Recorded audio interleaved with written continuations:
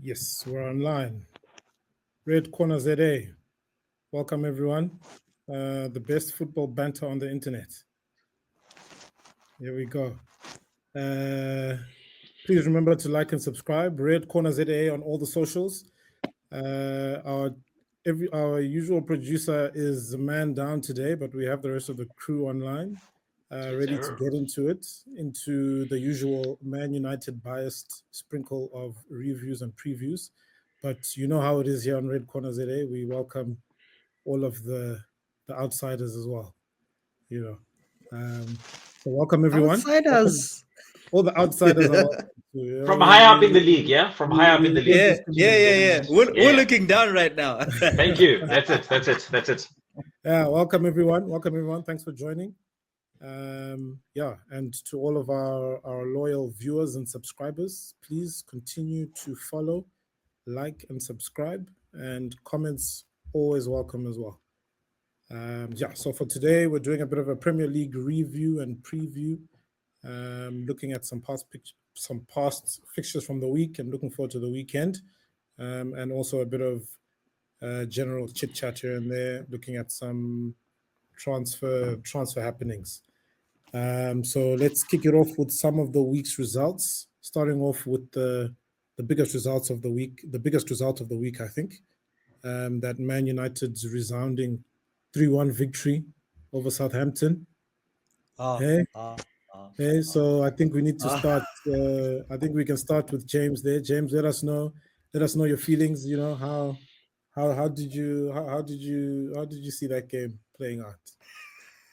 Sure. Guys are shameless. Yeah, thank you for saying that was the biggest result of the week. It definitely was. But on to the serious stuff. No, that game, typical United style, game of two halves. First half, we were all over the show. It looked like the Arsenal game took a toll on us.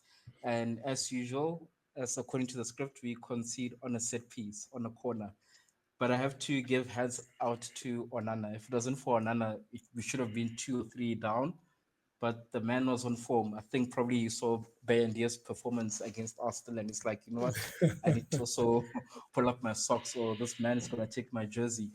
Yeah. But yeah, I think those subs were quite good. Zexi came in, and next thing you know, things are starting to click a bit in the second half. Ahmad, I won't say, fortunately managed to ride his luck and got the equalizer. And brilliance by Ahmad again and Christian Eriksen with a lovely volley pass to Ahmad to make it 2. And after that, obviously completing the hat-trick. Like, hat-tricks for Man United, sure, they are far in between. The last one, I think, was CR7, if I'm not mistaken. And since CR7, I can't remember who else got a hat-trick. So we will cherish that. And fun fact, that was the first African to score a hat-trick for Man United. So big result. We move from the low of 14th to the dizzy heights of 12th from that result. Oh man, we're moving. You know, but you have to give Amarim credit. You know, I think being able to kind of read the game and make changes, is something that we weren't seeing from Ten Hag. So at least he's doing that, and he's doing that really well. But I'm also interested to hear. I'm interested to hear some perspectives on the United performance from an Arsenal and Chelsea point of view. Chief, Lesta, do you want to deal with this shambles, or do you want me to go first? Like, this is wow. 3 points, 3 goals, Chief. Come on, man. Oh my goodness, shameless. 3 points, 3 goals. So shameless. These guys are shameless. Literally, these guys got rescued from an embarrassment. And they're talking about greatest results of the league. I mean, of this week. Wow. No, but with United, but to be fair with United, you have to look at things in context, right? You have to kind of see where we've been. There's another buzzword, context. You you have to look at it in context and kind of like understand that this is actual progress, for where United has been and the kind of performances that are happening now. Like, this is it, man. This is how the wake up starts. Yeah, look, I mean, my 2 cents is, firstly, I told you guys about Xerxes. I told you. Right? There's a bowler there. There's an actual footballer. And given the chance and the opportunity, that's the guy that you keep. And again, I'm going to ask you, what did Rasmus offer you guys whilst he was playing? Because I didn't watch the game, but I don't remember a single highlight from him, I think. And the consensus was he's offered zero. Dololo. Yeah, Nix, look, nothing. I'm beginning to think we have an agenda against Rasmus here, man. Hey, with the young players, it takes time, man. Okay, if you say so. Anyway, so I think he's not good, dude. He's not good.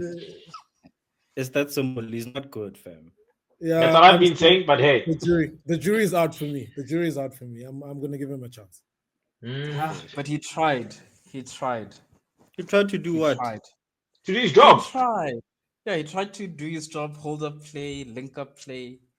He's a salaried millionaire, chief. He's supposed to do his job. What are we talking about? He tried. What's going on here? 75 M's, and you're trying. How? Always. No. I think anyway, he's an easy target. But yeah, look, banter aside, agendas aside, as you put it, even though our eyes don't lie to us, I think Amorim got the starting lineup wrong, in my opinion. I think it's clear that Bruno needs to be in the midfield. He can't play in a 10 in the system. I think he keeps trying it keeps failing. Number one. Number two, it's very clear that Xerxes is your guy, because yes, everyone will focus on the Amadou hat-trick. Although I must say that the hat-trick goal was a gift. I mean, what the hell was that defender doing? Absolute madness. Yeah. I think that's why they call him up the log, those guys. Exactly. I don't remember the second goal, but I think the first goal as well, a little bit of luck. I mean, look, he was courageous and dribbled and took the guy on, and it bounced off someone, I think, and it went in, whatever the case may be. But I think the start lineup, he didn't get it right. You got it wrong, and it was very clear when he made the substitutions that the game changed. Now, is there an argument to be made that had he started the game differently, Southampton would have reacted differently? Maybe. But I think it's very clear to me that if you guys are going to go with the system, and especially if you're playing Southampton at home, I think it's important that your wing backs are attacking. Rather have offensive wing backs and back yourself at home to do something or cause some damage, and at least force a team back into its shell. Because I think if you guys go with very defensive minded, or sort of trying to be more defensive with your wing backs, it's very clear it's taking quite a lot away from the attacking play, especially if Bruno's in the 10. And in my opinion, he needs to be in the 8 in the system. Right. Also, Garnacho's not creative at all. I don't know why he's in the system as a 10. That also doesn't make any sense. But then again, apparently bids are getting rejected for him, and apparently David Ornstein is saying he's wanted. So hey, and I think let's also not forget, Onana kept the scoreline respectable. I think Onana on a different day, that game is gone in the first half. Cannot be salvaged. So he stumbled upon luck, in my opinion. He got the starting lineup wrong. Onana kept you guys in the game. He made the right changes and was able to capitalize, and it actually made the impact that it did. And fortunately for Ahmad, that donkey of a defender, I don't know what the hell he was doing, but basically he handed in the hat-trick. Yeah, but thankfully, Amorim can think on his feet. He can read the game. He can make changes. That's always a good thing. Mr. Lesta, your thoughts there on the United game? Just to clarify, Garnacho is not wanted by Chelsea. He's wanted by Kaizer Chiefs. I mean, he's the right profile, right? If it looks like a Chelsea target, it smells like a Chelsea target, No. We good. Listen, especially with Mudryk leaving or banned, probably they're looking for his replacement or cover. No, we've got players, bro. We've got players. We don't need Garnacho, and I don't even four mean squads. that They're okay. Yeah, we don't need Garnacho, if I'm being honest. Look, I think I watched towards the end of the first half, and then I watched the second half. To be fair, Southampton was in that game, bro. They were. If I'm being honest, Ahmad saved United in that game, and he's giving me Cole Palmer vibes. Like for us last season, a lot of the time Cole Palmer is the person that was saving us in games, and at the moment he's your guy. He's saving you guys in games because no one else is stepping up. And to be I'm gonna be fair. United are defensively, they're playing well, but the team as a whole is not really inspiring. But you're gonna give it time, obviously. But hey, man, All I'm saying is I don't think y'all should be as excited as you are right now, bro. A win is a win. That's fine. Be happy, but you're 12th. But yeah, but you're 12th, bro. Yeah, you know, I think you guys are forgetting what this channel's bias is. But anyway, I think it's fine. You know, we allow different opinions. You know, and it's okay. You know? We're okay with bias. It's the delusion for me that I have a problem with. But okay, fine. But you know, I'm interested to hear what on earth is going on at Chelsea, man. Because from a distance, it looks like something. Van Gogh FC. Something is happening there, man. Like Van Gogh FC, Picasso FC. I think a few weeks ago, Lester, you were doing that thing. You know, you were playing things down. You're like, no, this is not our season. No, you know, this is not our time. But I told y'all, but you're like, no, it's not our time. And I think it's becoming apparent now. It's the truth. It's the truth. We're not ready. I honestly believe that we're going to be ready next season. You're seeing it now that we're not ready, guys. Like, we can't see out games. It's like it's the same thing. There's deja vu in the past 5 games. We score quick, we dominate the first half. Second half, we get completely dominated. We can't defend in the second half for some reason. And hey, bro, I think we'll do better next season. I'm so glad we called Chalobah back into the team because he's actually an experienced defender. He's still quite young, but he's an experienced defender. We'll do quite well with him back into the team. Yeah, man. I think Chelsea. Sorry, man. Aren't Chelsea suffering from not having any experienced kind of guys in and around the group? Yes. Like, you can't just have a bunch of youngsters, you know? Yes, we are. Like, even Jackson. Like, we're creating so many chances, but we're missing so many chances at the same time. You know what I mean? And you feel like if we had at least like an experienced like midfielder and an experienced defender, they'll be the type of people that'll be like, okay, guys, hold on, let's calm down. For the next 10 minutes, let's just sit back, take the pressure, and we can attack again. Unfortunately, we're not having that at the moment. You know, as amazing as Caicedo is, you can see he's still young. You saw that challenge he did on Semenyo, and he conceded the penalty. You know what I mean? You can see that the guy is still young, as talented as he is. So we do need a lot of experience at the moment. And I feel like we'll be better next season, for sure. I'm backing us to be in the title race next season. This season, we're not there, guys. Cole Palmer is the one guy that's literally like putting Chelsea where we should be at the moment, which is like close to the top 4 or in the top 4. But outside of that, bro, we're missing a shitload of experience. Oh, my bad. A whole lot of experience. Yeah, but I don't. So, yeah. You know, my issue is like I don't buy this because the trajectory was there, man. Like the potential was there. You know, like Chelsea were flying, and then for things to just fall apart is also then, you know, problematic. And you know what's the real issue there, bro? The reality is that we exceeded expectations. That's all it is. I don't think no one here expected Chelsea to start as well as we did. Even I was just as surprised. You know what I mean? So I feel like right now we're pretty much getting within that area where we kind of should be, or where people expected us to be, like top 4, top 5 kind of places. I still think we're going to finish top 4, but we exceeded expectations. No one thought we'd be ahead of Arsenal in a few games. You know what I mean? No one thought we'd be ahead of Man City in a couple of games. You know what I mean? So we exceeded expectations. And right now, like, we're just, you know, we're getting back to where we kind of should be. But with that amount of money spent, guys. Yeah, this is not. I'm not hearing big club mentality here. This is. I am sitting on the fence and conveniently waiting for the narrative to say something before I jump and pick a side. I mean, expectations change, guys. When you exceed expectations, we adjust expectation, right? Yeah, my thing is, if you find yourself second, if you find yourself playing against the big teams and beating them, and you're playing against the big teams and you're giving them a show, surely expectations need to change, and you need to back yourself and put a bit of pressure on the team, right?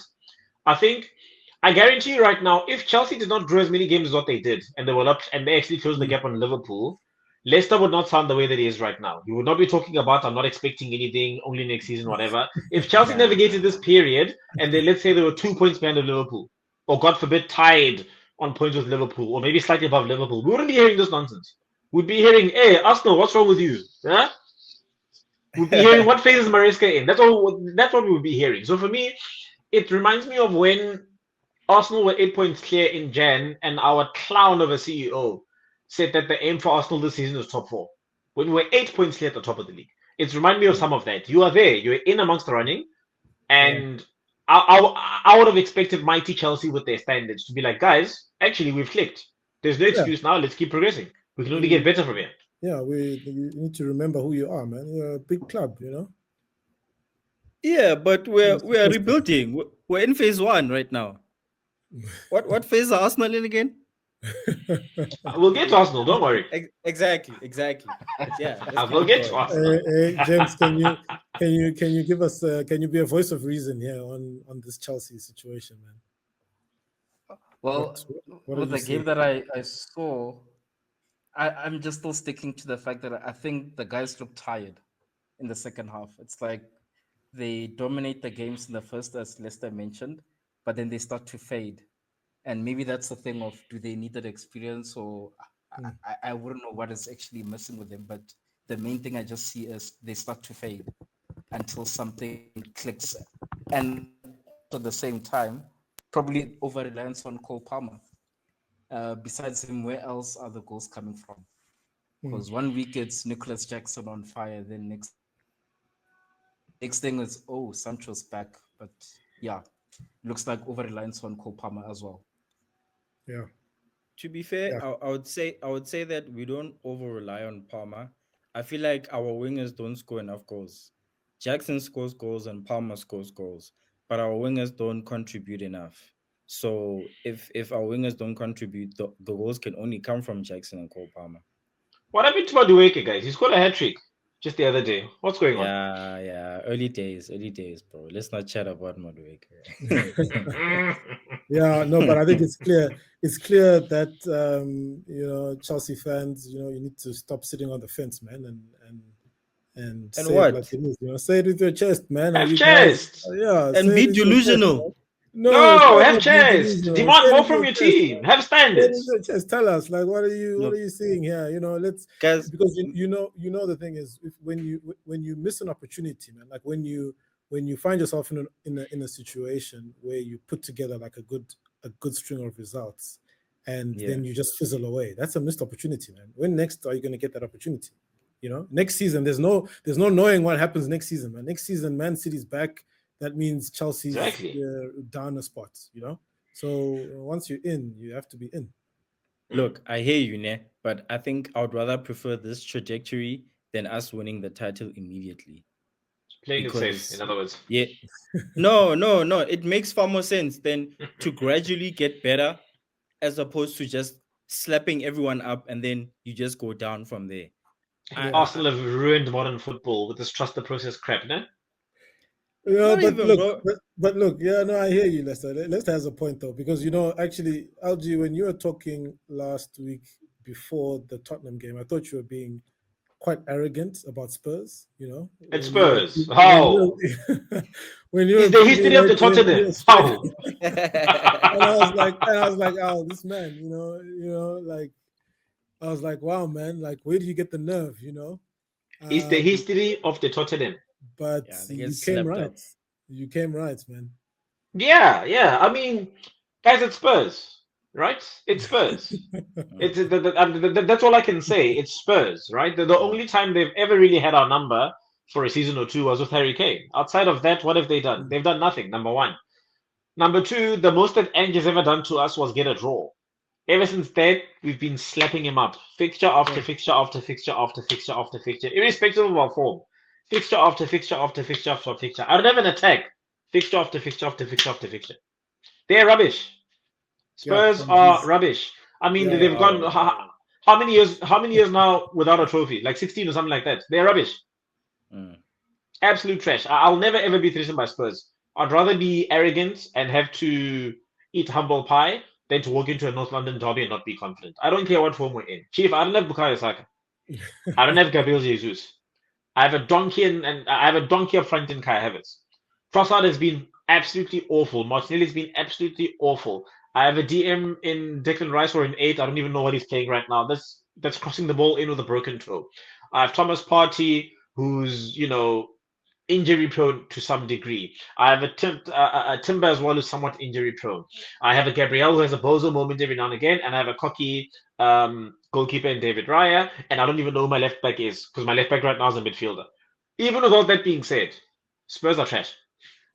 There is no way. I'll never walk into North London derby not confident. There's no way. They're trash.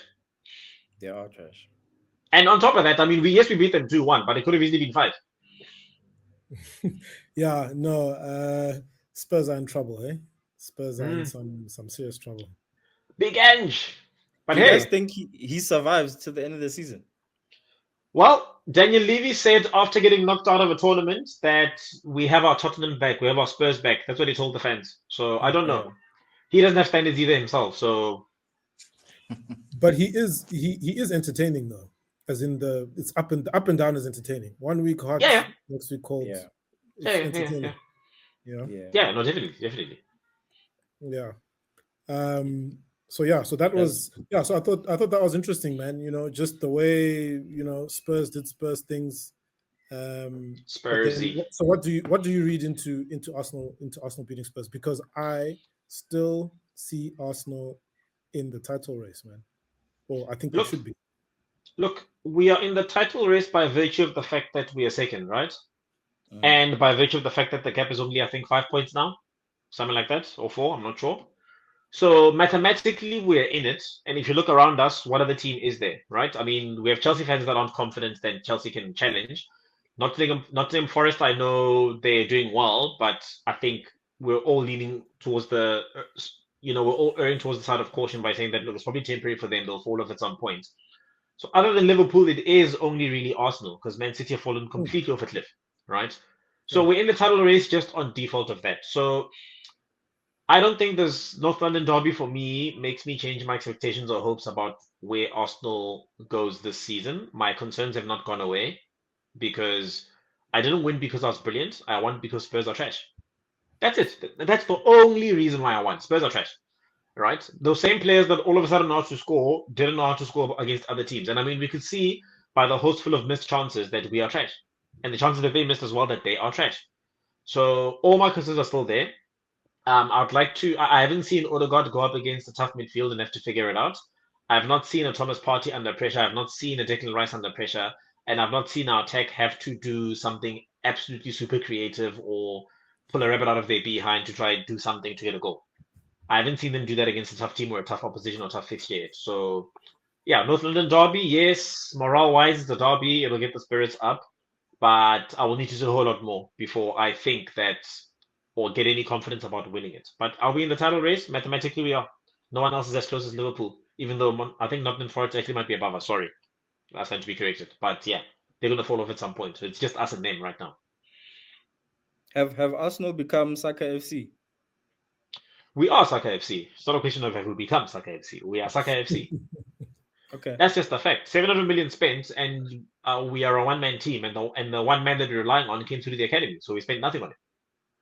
Fair. How far away is he from coming back? How serious is the injury? It's serious enough for him to be rented out for the whole season, if the manager has common sense. Hectic. I think I read somewhere like March-ish, around there.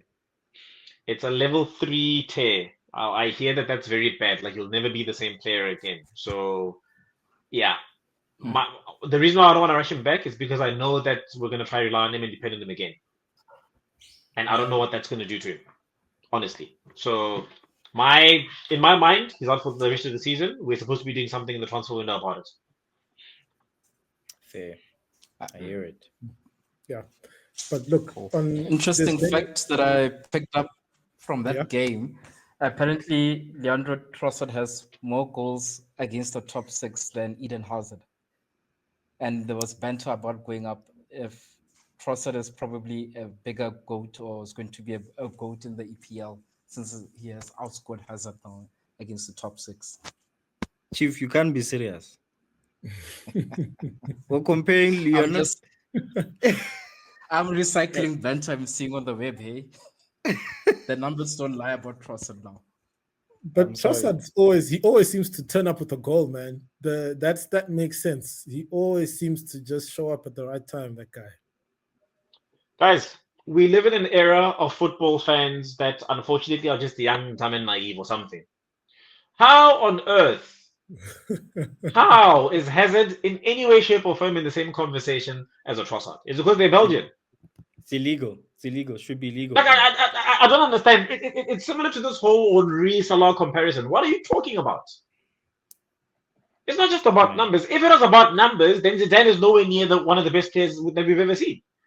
Zidane didn't get like 20, 30 GA a season. No, we got like 10, 15 maybe. But we all know that man is a GOAT. He's untouchable. Like, what are we doing? What are we actually doing? Yeah, we are living in the world where the numbers don't lie. And, the generation now will talk about Salah's a better EPL player than Thierry Henry was. And for some of us, it's like, have you seen Henry?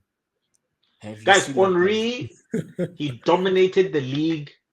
He had a monopoly over the league for like 3, 4, 5 years. Uncontested. Like, he terrorized everybody. The thing for me, and I remember seeing this debate online, I'm like, guys, everything Salah can do, Henry can do. That's a fact. He was quick. He was electric with his pace. However, everything Thierry Henry can do, Salah cannot do. That's just a fact. Like, Salah is not scoring a free kick, right? Salah is not taking a touch on the edge of the box and following it top bins against Prime, Schmeichel, and Man United. He's not doing that. Do you understand? He's not taking the ball from his corner in a derby, dribbling past the whole team and passing it in the back of the net. He's not doing that. He's not going to the Bernabeu and leaving with the man of the match performance as the only goal scorer, terrorizing the best defenders the world has to offer. He's not going to San Siro and going there and being one of the first English teams to beat them and leaving with the man of the match performance. Salah's not doing any of that nonsense. He's not doing any of that. Guys, come on.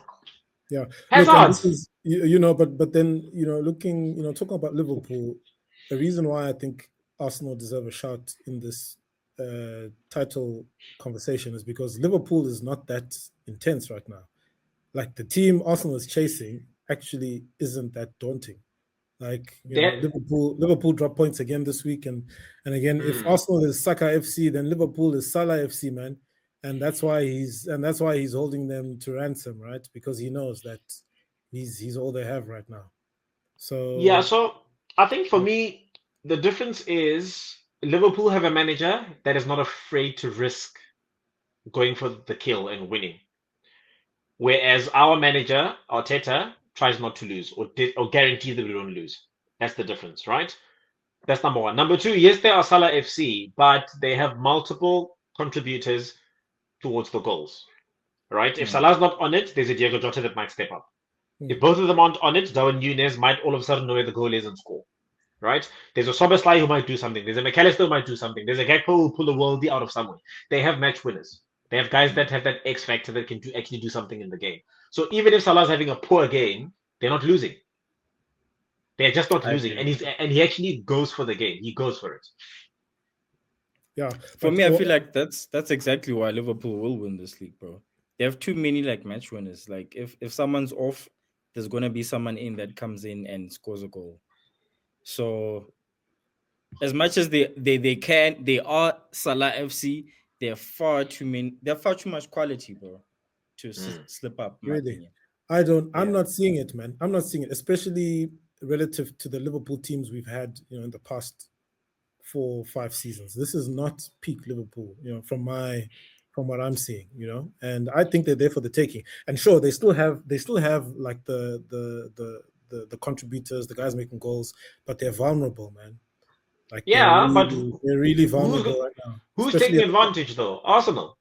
That's the thing. That's what we should, that's why we're dragging Arsenal into this conversation. It's like also Arsenal, because, we can't just throw shade on Chelsea, for not kind of stepping up. Arsenal also need to kind of get their act together and make it happen.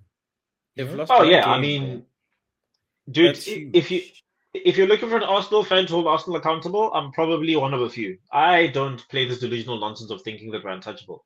I 100% agree with you. Why is Arsenal not taking advantage? Why is it that the season that Pep drops off, we're not the ones on top? What phase is Slot in? Yeah, it's criminal, man. It's criminal. Absolutely. It's absolutely criminal. Yeah. So what happens to Arsenal this weekend now that they're playing a very strong Villa side? Yeah. So it's at home. Easy win, man.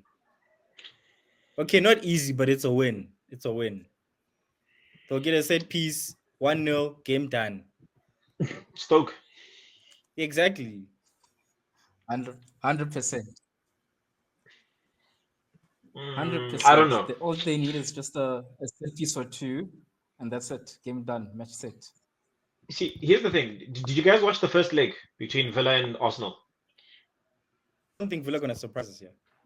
Of what? So, the only reason we were in that game by halftime is because Watkins missed absolute sitters. Like, he missed sitters. Like, as in, mate, it's you and the goal. There's nothing else here. And for some reason, it went wide.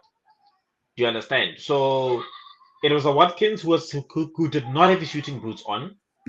And we capitalized on that and took advantage, number one. Number two, that Morgan Rogers kid, I think they bought him for like 11, 12, 13 mil or something like that. Mate, that guy dog walked our midfield. Do you understand? That man dribbled the ball from midfield. Partey was pressing him. He shrugged him off. Partey was on the floor, dribbled against more, but he also didn't have his shooting boots on. Basically, we got extremely lucky. We were supposed to be out of that game by the first half, and we weren't, and we held on long enough and to actually do something about the game because the lack of Watkins went on it. That's why we won the game, and that's the context that I remember. That's number one. Number two, our former manager, Emery, has always had Arteta's number, more often than not. Yes, he did it with Villarreal when he knocked us out, and he's been terrorizing us with Aston Villa.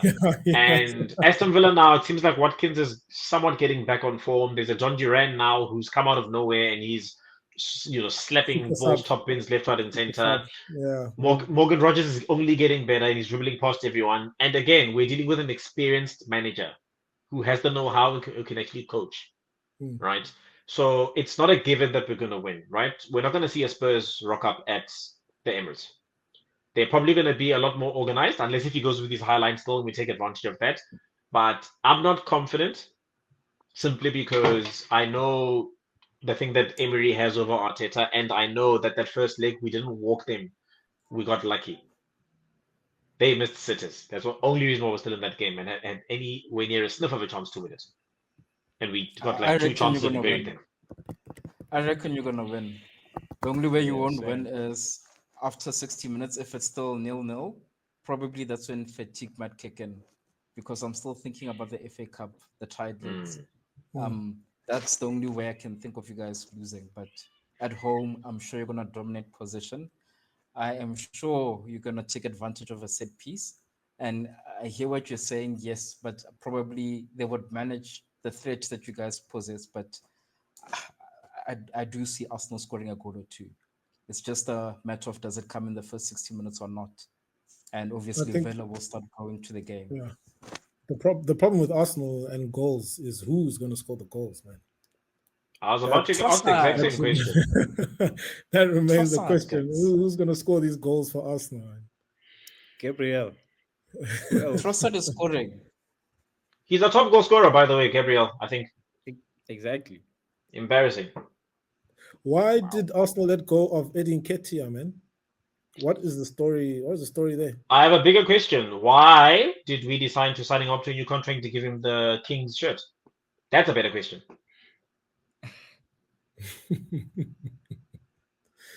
We don't know. I mean, look, how many games has Nketiah started at Crystal Palace? Don't worry, I'll wait. Not me. I always see him on the bench. Yeah, exactly. So then you ask yourself, if someone's on the bench for Crystal Palace, how on earth does he have 14 on the back of his shirt for Arsenal, earning 100 grand a week? But I remember him having a bit of a purple patch. Was it last season? Yeah, where he looked promising, and I was like, oh, this is someone who can actually step up for this team. So clearly, he's clearly not. Yeah, he went through the purple patch for like a month and then didn't score till the end of the season. Damn. Yeah. It's a moment, guys. Yeah. If you follow Arsenal to the T properly, Nketiah was trash. Yeah, look, it's just grasping at straws here. Some strikers are better than no strikers, right? Because now you're in a position of no strikers at all. That 1 month purple patch could have done wonders for your title challenge right now. Yeah, but Arteta wasn't playing him as well last season. The guy was on the bench all the time, and I'm like, dude, Nketiah has pace. Why don't you put him on and instruct your players, guys, get the ball forward quickly. Try a ball over the top. Try anything. Nope, Arteta won't do it. He wants his striker to be everywhere else but in the box. I mean, we saw Kai Havertz on the right wing against you guys, and we're spamming crosses into Gabriel Jesus. But for all of your complaining about Arteta, doesn't he give you like the Arsenal football? Isn't the football still, short of the lack of goals? Isn't it still like Arsenal DNA? Tika Taka 2.0, isn't that also like what Arsenal fans crave? We crave it and we're not getting it, which is why we're irritated, because we're not getting it and we're not getting results sometimes, and we're still not getting silverware as well. At least the thing with Arsenal, and the banter has always been, Arsenal might be trash, they might choke and bottle and all these things, but at least the football is a joy to behold. It is absolutely fantastic. Champagne football. See, people think that Wenger played tiki-taka. No. Wenger played at pace. Yes, he controlled position, but he played at pace. Right? Not this nonsense of hold on to the ball and don't play a ball forward. No, he played at pace. Quick football. Do you understand? Arteta's not doing that. It's way too slow. It is too slow. Yeah. So many times you'll see someone clear through on a run, but they'd rather hold on to the ball and keep position. You have Odegaard who takes way too many touches before releasing the ball. Yeah, it's too slow. No. Probably that's why Nketiah struggled. Exactly. Too slow for him. Exactly. Yeah. You're ready to do predictions? Yes. Also, moving to the Chelsea game, while we're at it, Lester, when is your team going to win? Can we say they're in a slump? When are they going to, when are they going to move on out Monday. of the slump? Is it Monday, happening we on play Monday? Wolves. Yes. Yeah. 100%.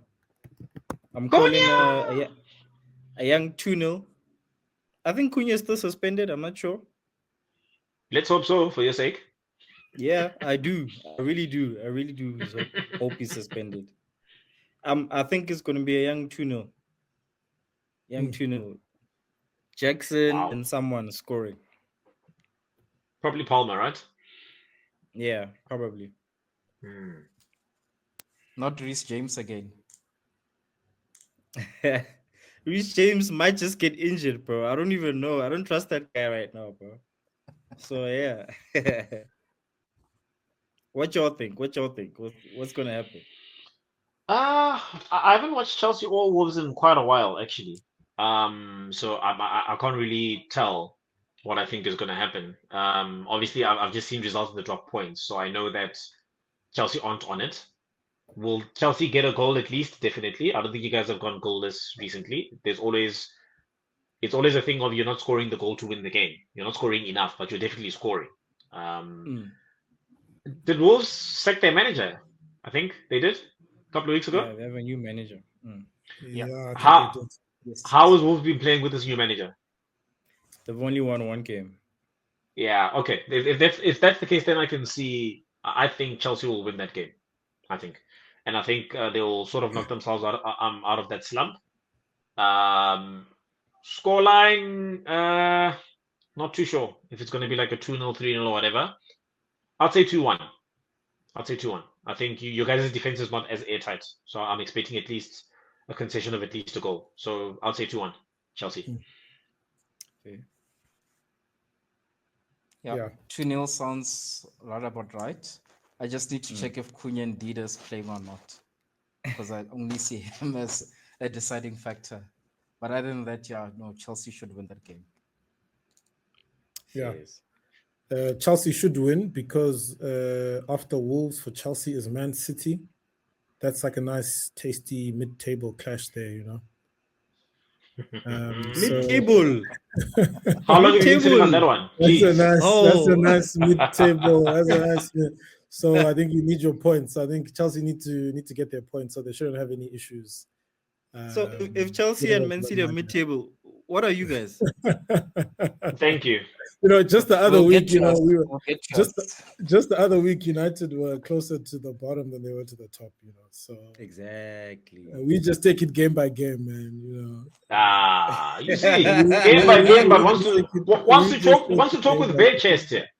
Hey, trusting the process. Trusting the process. But there was lots of talk. What's crazy about this United team is, these guys get up for the big games, and then you need to play Southampton, and you leave it to a hat trick in the last 10 minutes of the game. Who's City playing this weekend? This weekend is Brighton. So Brighton, and that's been a tricky fixture for us in the past days. So it's time to start putting teams away. That's how I see it. And Brighton should be there for the taking as well. I think they've United versus Brighton. Oh, okay. Yeah. Sorry, James. I actually would have said Brighton was gonna win this game, but the fact that y'all are at home, I think it's gonna be a draw. It's gonna be a 1-1 draw. Ironically, United seem to play their best football away from home as well under Amorim. We haven't been dominating guys at Old Trafford lately, so yeah. But this is an easy 3 points for United this week, if you ask me. It's an easy. It's a good thing I'm not asking you, right? It's another easy 3 points. Hey, James, what are your thoughts on the United game? Definitely easy 3 points. Mainly because Brighton has been struggling for a month or two, because they were also in a similar position to where Forest was, but now I think they're closer to us. So I'm expecting momentum to continue, and we are gonna get 3 points. Y'all are far too confident, guys. Easy 3 points. Guys, Brighton at home, guys. Come on. Guys, this is Brighton at home, man. Come on, guys. Do you see where Brighton are and where you guys are? No, guys. No, guys, can you please respect Man United, guys? Come on. How? No. What are we respecting? No, guys, come on, man. Okay, fair. No. You can say fair. I'm not letting this go. Wait. Hang on. First of all, Brighton are not in a slump. They've been drawing more than what they've been losing. It's mostly draws. Is the main manner in which they've been dropping points. Number one. Yeah. Number two, Brighton came to our gaff and gave us a game, by the way, and completely split our defense open with one pass. That's number two. Number three, let's be clear. If Southampton yesterday had their shooting boots on, that game would have been out of sight by first half. You understand? So I agree that you guys turn up against big teams, but let's not forget that the smaller teams where you guys actually struggle, regardless of whether it's at home or away, right? You guys were at home against Southampton, and you were almost embarrassed. Like, you came this close to an embarrassment. You were 10 minutes away from embarrassment. Where is all this chest coming from? Easy win against Brighton, who can actually play football, who do have ballers, and can actually finish. So what's your prediction then? My prediction, they'll be lucky to get a draw. I'm going Brighton win, 2-1. I hear it. James, your thoughts? No. It's gonna be, for me, I'm still sticking to my guns. Easy win, inverted commas, simply to the main point. Now it's inverted commas. Shamelessness. We struggle against teams beneath us, but everyone above us, it's a big match. So we shouldn't struggle. And the whole league is above you, mate. So it is a big. Wow. Okay. Never mind.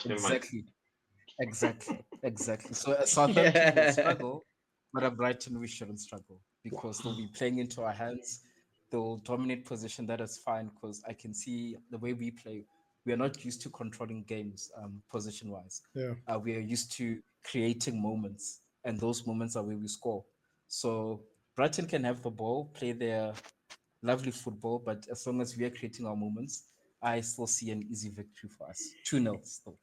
Mighty United, creating moments.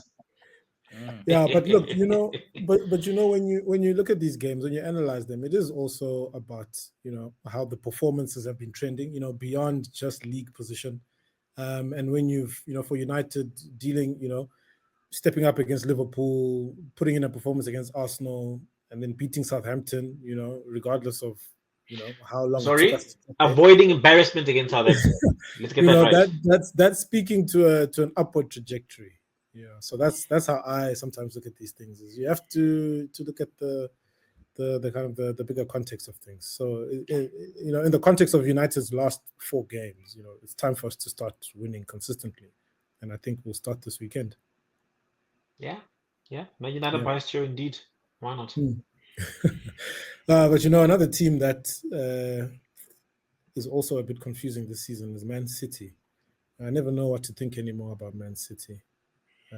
Yeah, they've fallen off a cliff. They've fallen off a cliff. It's a bit confusing what's happening there. But they'll whoop Ipswich, man. Ipswich are at the bottom for a reason, bro. They'll whoop them, bro. I don't know, eh? Nah, they'll whoop them. They'll definitely whoop them. Like, Ipswich are not Brentford. Yeah. I think it's going to be a young 3-0. Haaland with a brace. But this is the thing about this fixture is it's not unanimous. That's just City this season. You just never know with these guys right now. Okay. You just never know, man. And it seems like there's a lot. It seems like there's a lot happening at City. All these Kyle Walker stories this week. The man's just ready to leave. It's like our guys jumping ship now as well at City. Yeah, look, I mean, if I was to analyze, I guess a more interesting discussion for me is how they got here, right? Because what they're going to do this weekend, that's a flip of a coin. Like, they could do anything. I think how they got here is obviously the low-hanging fruit is Rodri injury, right? He's a Ballon d'Or winner, best midfielder in the world, statistically speaking, and just based on pure merit, he's the best. But I think if you also think about the squad management and squad planning from Pep has not been good at all. It's been poor. It's been shocking, right? I mean, you let Riyad Mahrez go. Why? Did you need the money? I don't think so. I don't remember hearing a report about them needing funds, whatever the case may be. That's number one. Yeah. Number two, Alvarez, you should have found a way to keep him. Honestly, you just should have. Yeah. Right. Number three, there as well. Exactly. You let go of Cole Palmer. Obviously, granted, we didn't see his full potential until he left, but it's also because Pep systems tend to produce robots that follow too many instructions until we get to the final third. And maybe a Palmer wouldn't have thrived in such a system. But even then, for the little cameos that he had, he's been playing well, right? The lack of midfield reinforcement. I mean, Gundogan, the guy's 40, isn't he? However old he is. That's your only signing? That doesn't make any sense. Yeah. And why bring him? If Barcelona doesn't want him, why do you? Well, I guess the Barcelona not wanting is actually politics. I don't think it's ability. It's more politics as to why that happened. So for me, it's like lack of squad planning. Some players are just too old. I think Kevin De Bruyne's replacement should have been either bought or established a season or two ago. Rodri needs a backup, a competent one. I don't know what's happening with Calvin Phillips, why he doesn't trust him, what's going on there. So either the recruitment was poor or he just needs to trust him. Phillips. Yeah, I almost forgot about that. Is he still on Man City's books? Is he on loan or is he still at City? He's on loan at Ipswich, I think. Jeez. Yeah, so it's just terrible squad planning, squad management, and just letting way too many players go in a short space of time and not doing enough in the transfer market, in my opinion. That's why they are where they are. And which is why now, if they get a Zubamendi, apparently we've agreed a deal with Arsenal. I'm not confident at all. Why would you skip over Liverpool that might win the league, a Man City with the best manager arguably in the world, Barcelona and Real Madrid? You'd ignore all of those just to come to an Arsenal who possibly choke and bottle trophies left, right, and center. I don't believe that personally. So even a Zubamendi, for example, so many things they can do to not be in this position with all the money that they have and the experience that Pep has. And to be in this position, it's not just a Rodri injury. It's poor squad planning as well. Yeah. So the Chargers had nothing to do with it as well. Yeah, there's just maybe they could. But I mean, the Chargers have nothing to do with the fact that Haaland is not scoring, right? It's a charge. What does the charge have to do with the fact that you have a chance in front of goal, the net is there. You know where it is. But isn't this also just how it goes, man? You can't win forever, right? Like you win, the cycle. You win, and then the cycle just ends. Like it doesn't last forever. Yeah. Which is why for me, Ferguson is by far the best manager because he found a way to keep refreshing the squad and stay dominating. And at most, he'll lose out on a league and maybe 2 in a row, but there's no way he's going more than 3 without winning something. Like he always manages to stay on top and keep refreshing the squad if necessary. Yeah. Well, at least City can rebuild around Haaland for the next 9.5 years. Death row. It's just like a stupid concept, man. a 9-year contract. It's crazy, isn't it? Yeah, thank you, Chelsea, for introducing such concepts. Actually, of course, they're of the course. ones who It's started. our pleasure. It's our pleasure. Look, it really depends how you look at it, man. Because like, you could be like, okay, you're gonna be here for the rest of your career. It's not a smart move. But from the club's perspective, it fends away other clubs from trying to get that player, because Sure. you're gonna have to pay big money to get that player. So it's really a perspective, really. But I don't think it's a bad move for Haaland, if I'm being honest. Because even if Pep leaves, City are still gonna be a top team. Whoever they get in, they're still gonna be a top team.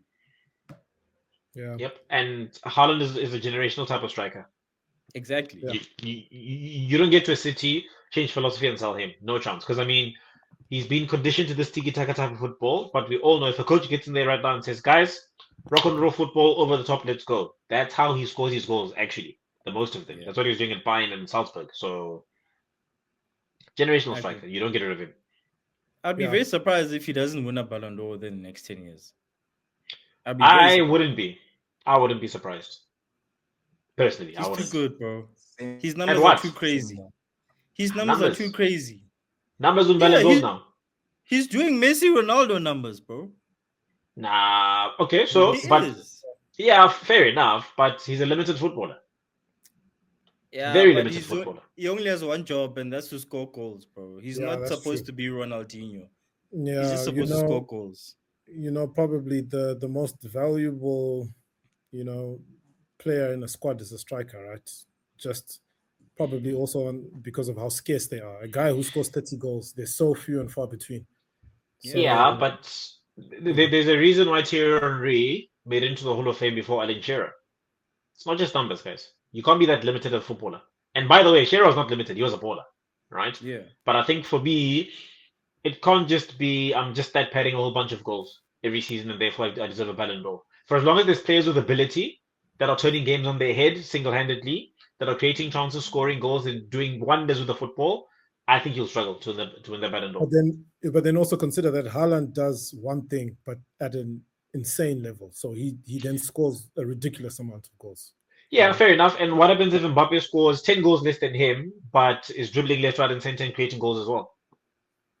Hey, guys, if a player like Rodri can win Ballon d'Or, Haaland can win Ballon d'Or with those scores. Yeah, 100%, bro, 100%. Maybe. That's we'll the see. era we're living in. Yeah, maybe, yeah. Yeah, but look, everyone's looking for a striker, right? So,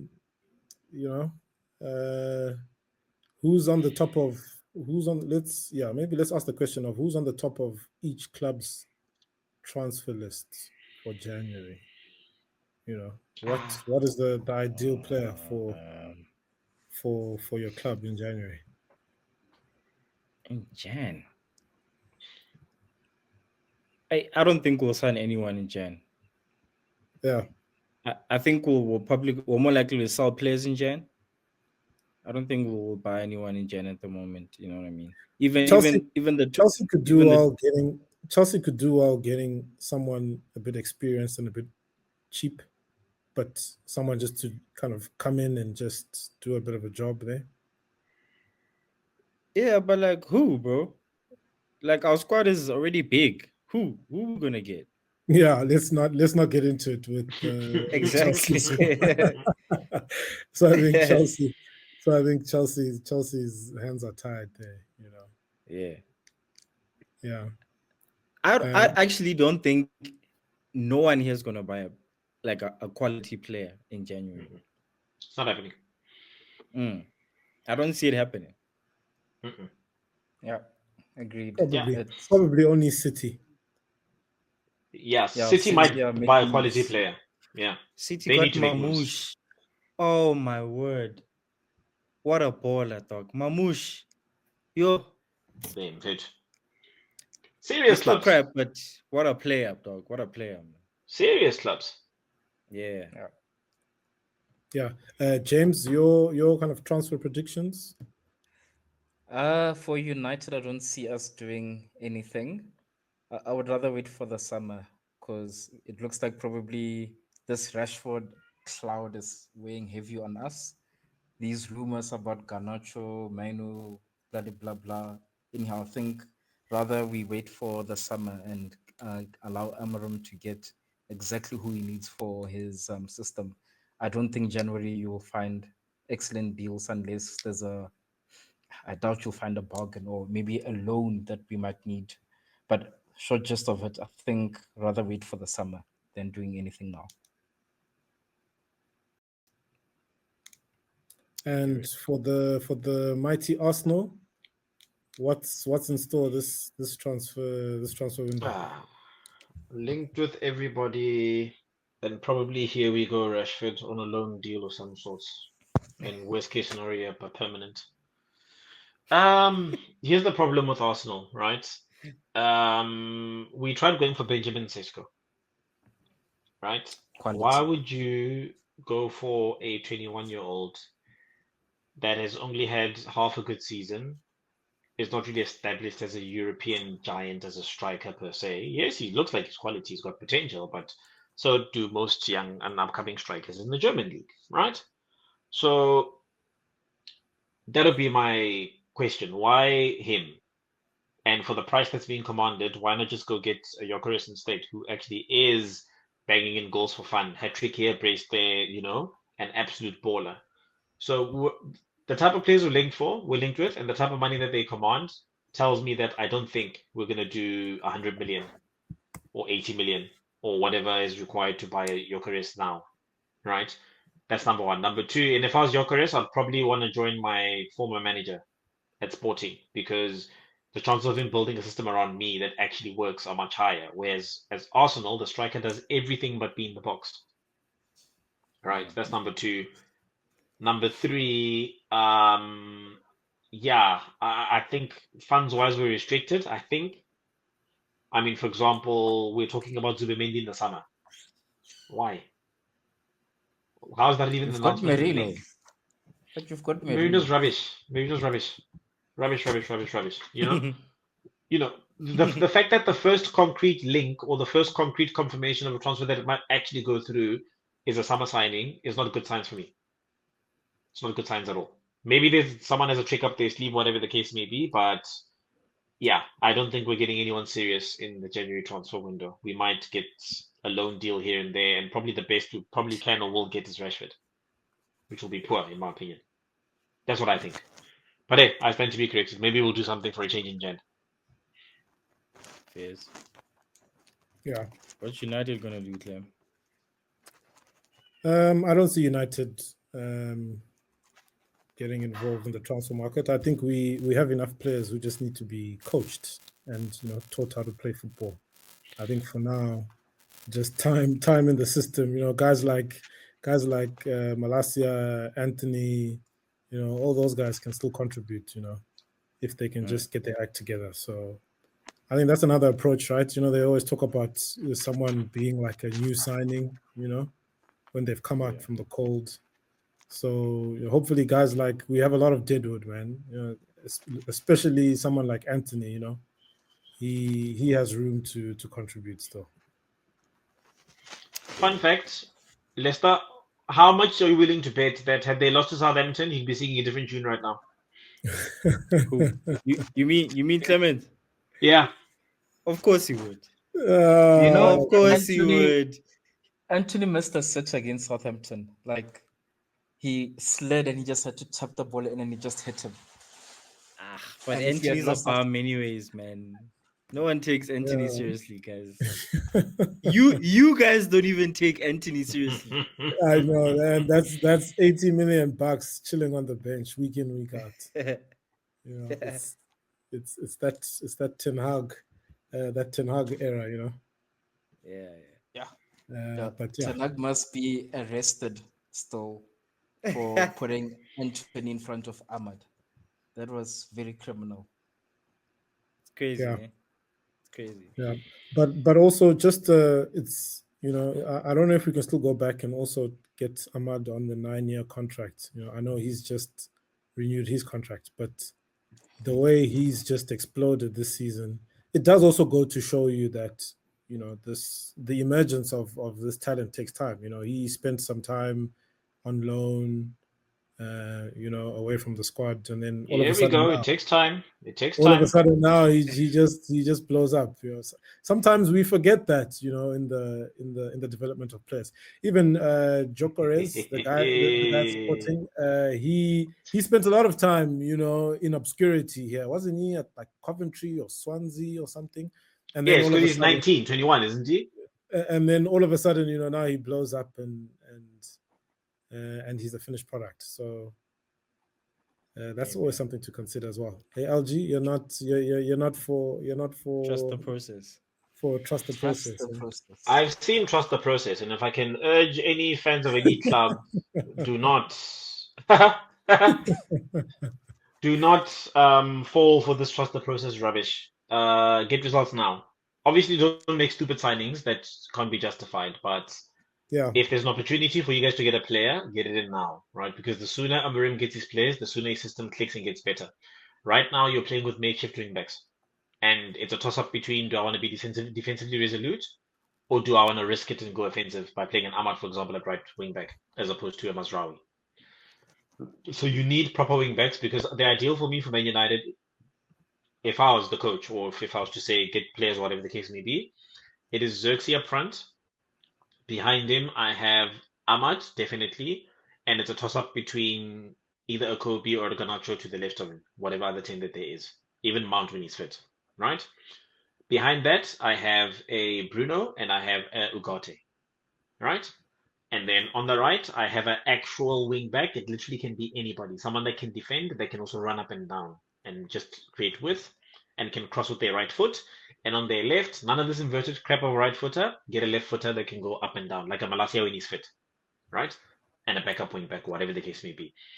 That's all, in my opinion. If you guys can do that in the short term, just get 2 quality wing backs, or 2 wing backs that at least can do a job, like a right-footed wing back that can defend and can cross a ball. That's it.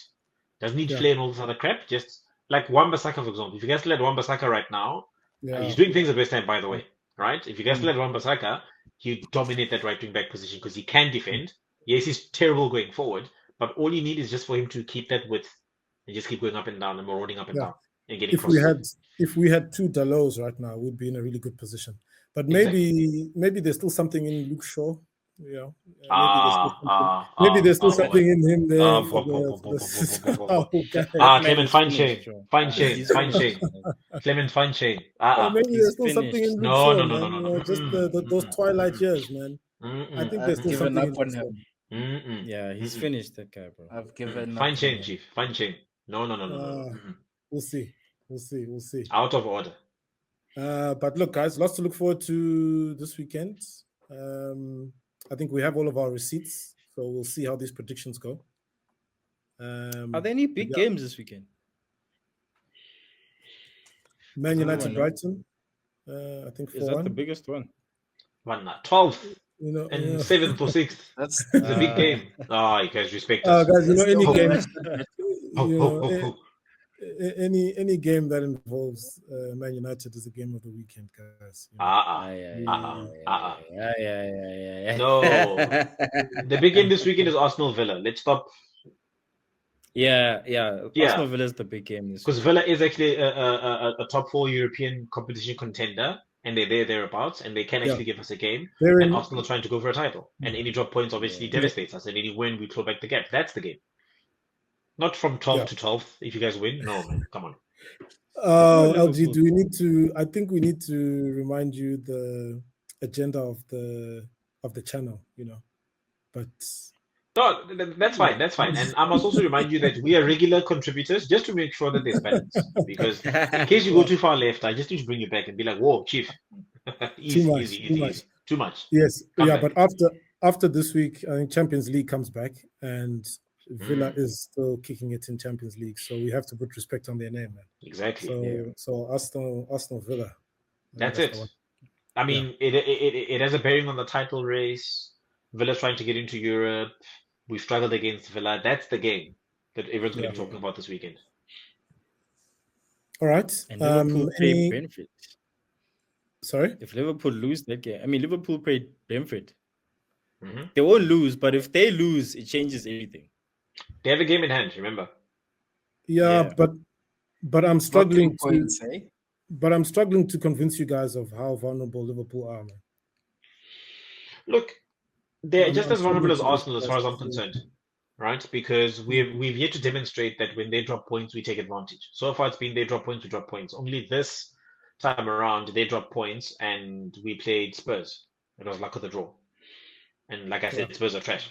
So if you're going to drop points and we're playing Spurs, we're going to close the gap a bit.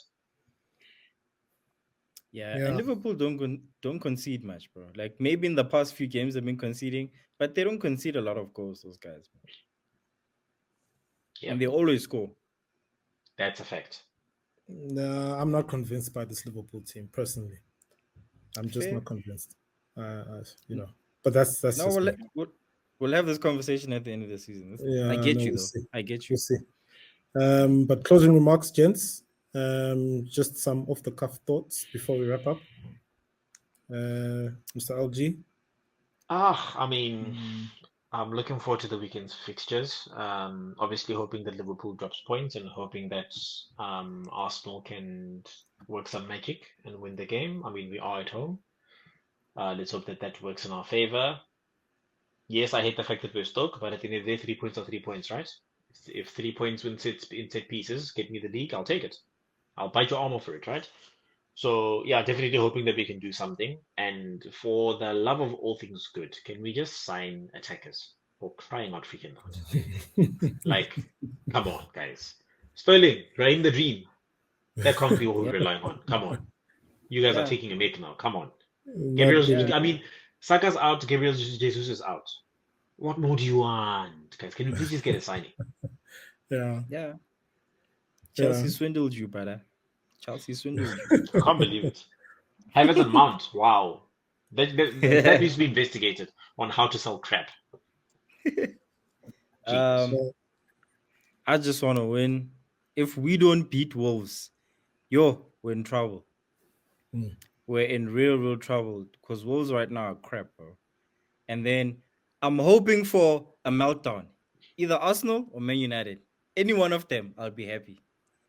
I'm hoping for a meltdown. It's going to make for some great entertainment afterwards. Who you guys playing? Who's Man United playing again? Brighton. There's a meltdown could happen there, Joe. Metal I'm sure one of us here on the next show is not going to be happy with the weekend's results. We'll just see who. That's a strong bet. Yeah, that's a nice one. It could be multiple people, not happy with the results. I'm nominating. I want to nominate Arsenal on that one, but that's a good shout there, James.